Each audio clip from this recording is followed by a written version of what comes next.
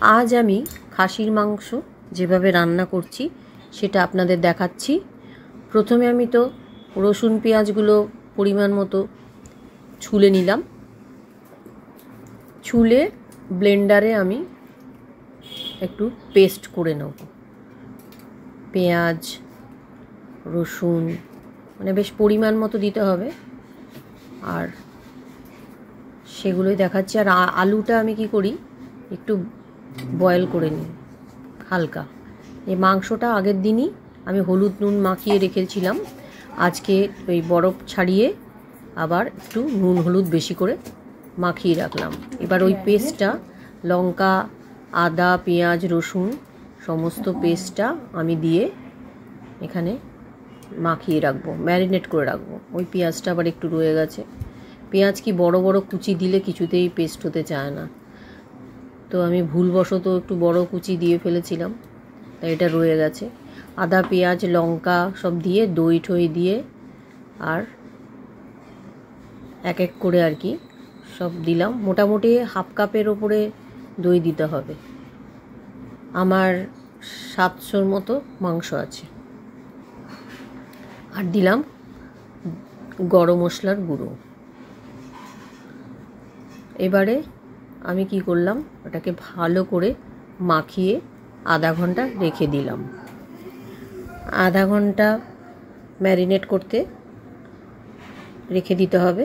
তার মধ্যে আমাকে আবার একটা মশলা তৈরি করে নিতে হবে। আমি এটাকে ঢাকা দিয়ে রেখে দিলাম।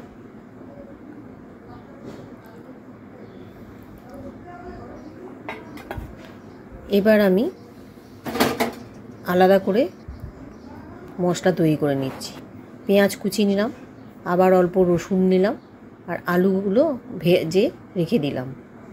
বেশ ভালো করে ভেজে নেবেন। আলুগুলো হালকা একটু বয়েল করে নিলে কি হয়, আলুর ভিতরের যে কষটা, বা দেখবেন আলুটা ছাড়িয়ে এমনি রাখলে যেমন একটা কষ বেরোয় না, কালো হয়ে যায় আলুগুলো, সেই কষটা ওই হালকা বয়েল করলে, মানে সেদ্ধ হবে না কিন্তু গরম জলে আর কি ধোয়া বলে আর কি, টকবক জলে ধুয়ে নিলে ওই কষটা বেরিয়ে যায়। ওই কষটা না খাওয়াই ভালো আমার মনে হয়। আমি যা ছোট থেকে শুনেছি তাই সেভাবে করেই যে কোনো আলু ব্যবহার করার আগে এটা করি। তো এইভাবে বেশ ভালো করে আলুটা ভেজে নেবেন। ভেজে নেওয়ার পর কি করবেন, ওই রসুন কুচিগুলো আর লঙ্কা কিছুটা থেতো করে নেবেন। আগে তো আমরা পেস্ট দিয়েছি, এটা কিন্তু পেস্ট দেবো না, থেতো করে নেব, ভালো করে থেতো করে নেব।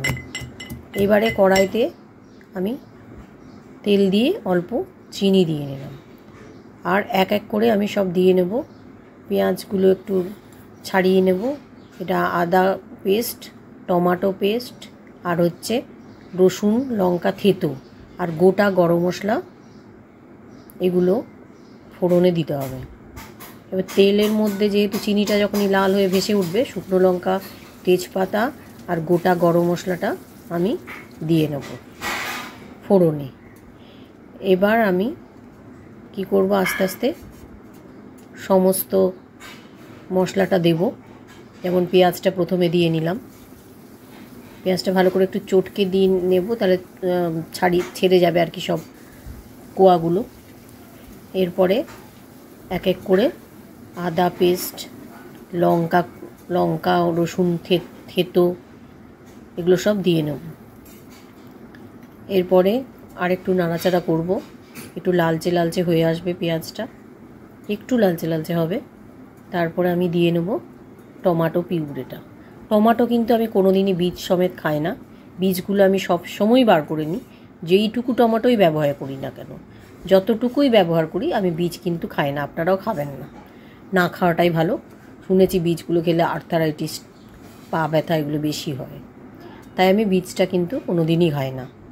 তো আমি এরকম দিয়ে নিলাম। এবারে দিয়ে নিলাম হলুদ, 2 চামচ হলুদ দিলাম, 1 চামচ ধনে দিলাম, 2 চামচ জিরে গুঁড়ো দিলাম।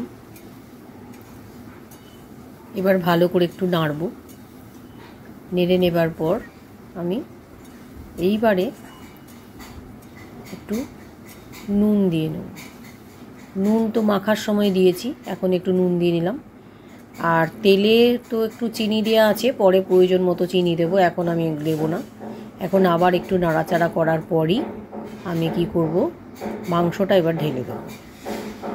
এখন বেশ একটু তেলটা ছেড়ে ছেড়ে এসছে। ও, যেটা বলতে ভুলে গেছি, দইটা একটু ফাটিয়ে দিয়ে নেবেন। এটা হাফ কাপের মতো, এখানেও একটু দই নিয়ে নেবেন। আমি দেখবেন প্যাকেটটা একটু নাড়াচাড়া করলে এমনি দইটা মানে ফাটানো হয়ে যায়। আমি একটু দই দিয়ে নিলাম, এখানেও একটু দই দিয়ে নিলাম। দই দিয়ে একটু নাড়াচাড়া করলাম, তারপরে ওই মাখানো ম্যারিনেট করা যে মাংসটা সেটা দিয়ে নিলাম। এবার আবার নাড়তে হবে, খাসির মাংস তো অনেকক্ষণ ধরে কিন্তু নাড়তে হবে, অনেক সময় যায়।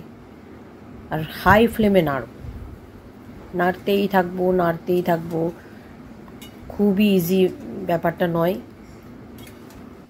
চিকেন হলে যেমন 1 ঘন্টার মধ্যে হয়ে যাবে, মাটন কিন্তু হবে না। তো এতক্ষণ তো দেখানো সম্ভব নয়, আমি মাঝে মাঝে অফ করে দিচ্ছি। এবার আবার নাড়ছি, মশলাটা ভাজা হবে, মাংসটাও কষা হবে, একসাথে দুটোই হতে থাকবে। কিন্তু এভাবে করলে তো 1 ঘন্টা 1.5 ঘন্টা নাড়লেও কিন্তু সেদ্ধ তো হবে না, কষানোটা হবে। সেদ্ধটা আমি কিন্তু প্রেশার কুকারেই করি। তো আমি কি করলাম, এভাবে করে নেড়ে নিচ্ছি। এখনও মশলার কিছুই বলতে গেলে হয়নি, এতক্ষণ ধরে নাড়ছি, এখনও কিছুই হয়নি। এইবারে আস্তে আস্তে হচ্ছে, এবারে অনেকটা তেল ছিটিয়ে আসছে, মাংসের পরিমাণটাই দেখবেন কমে আসছে। মশলার পরিমাণটাই যে 1 কড়াই ছিল সেটা কমে কমে কমে কমে অনেকটা কমে যাবে। এইবারে আরেকটু কষানো হয়েছে, এটাতেও হবে না, আরও কষাতে হবে, একটু কালচে কালার হয়ে যাবে। মাটন কিন্তু একটু কালচে কালার হয়, খুব একটা ক্যাটক্যাটে রেড কালার হয় না, কালচে কালচে হয়। দেখুন পরিমাণটা কীরকম কমে আসছে কড়াইয়ের থেকে, আগে ভর্তি কড়াই ছিল, এখন অনেকটা কমে আসছে। আবারও আমি নেড়ে যাচ্ছি, নাড়তে নাড়তে তেলটা দেখবেন আস্তে আস্তে আস্তে আস্তে অনেকটা ছাড়ছে। এই অবস্থায় কিন্তু পাশে আপনি একটু গরম জলটা করতে দিয়ে দেবেন, কারণ গরম জল করলে মানে ভালো হবে, কি টেস্টটা ভালো হয় গরম জলটা দিলে। গরম জলটা এই কারণেই আমি গরম জল মাংসেতে দিই। দেখুন এত সুন্দর কষা হয়ে গেছে। এবার আমি প্রেসারে দিয়ে নিলাম, আর গরম জলও আমার রেডি হয়ে আছে। আমি পরিমাণ মতো গরম জল রেডি করে নিয়েছি। আর মাংসটা প্রেসারে দিয়ে এর মধ্যে আমি পুরোপুরি মাংসটা দিয়ে দেবো। কিন্তু আলু কিন্তু আমি আলাদা ভেজে রেখেছি, আলুর এখানে কিন্তু কোনো কাজ নেই। আলু যদি দিই এসব এর মধ্যে, তাহলে একদম আলু শেষ হয়ে যাবে, অবস্থা খুঁজে আর পাওয়া যাবে না। এবার আমি গরম জলটা দিয়ে দিচ্ছি, গরম জল দিলেই টকবক করে দেখবেন ফুটতে শুরু করবে। এবার কি হলো, গরম জলটা দিয়ে প্রেশারটা আমি চাপ বন্ধ করে দিলাম। এবার হতে থাকলো, এবার হয়ে গেছে দেখুন, 3-4টে সিটি আমি দিয়েছি, একদম সুন্দর হয়ে গেছে, একদম কুকড। এইবারে আবার কড়াইতে আমি ঢেলে নিলাম, আর আলুগুলো সিদ্ধ করতে দেব। অল্প গরম জল রেখেছিলাম সেটা দিয়ে দিলাম, দেখাতে ভুলে গেছি। এবার একটু খেয়ে দেখে চিনিটা দিয়ে নেবেন, চিনি অবশ্যই দিতে হবে। খাসির মাংস থেকে একটু চিনি কিন্তু দিতে হবে, নাহলে কিন্তু টেস্ট হয় না। তো এবারে আমি নাড়াচাড়া করছি, আলুটা সিদ্ধ হতে কিন্তু দিতে হবে। তো এই সময় আপনি একটু ঢাকা দিয়ে রেখে দিতে পারেন। ঝোল এতটা রাখবো না আমি, ওই ঢাকা দিয়ে নিয়েছিলাম, ঢাকা খুলে দেখলাম কীরকম হয়েছে। আবারও আমি কিছুক্ষণ রেখে দেবো। এবার বেশ কষা কষা টাইপের হবে মাংসটা, ঝোল কিন্তু এতটা রাখবো না, বেশ একটু কষা কষার মতো হবে। ঝোলের পরিমাণ কিন্তু আমি অনেকটাই কমিয়ে দিয়েছি। আর একটু বয়েল হবে, আলুটাও সেদ্ধ হবে। এরকম করতে করতে আমার মাংস হয়ে যাবে এই রকম রেডি।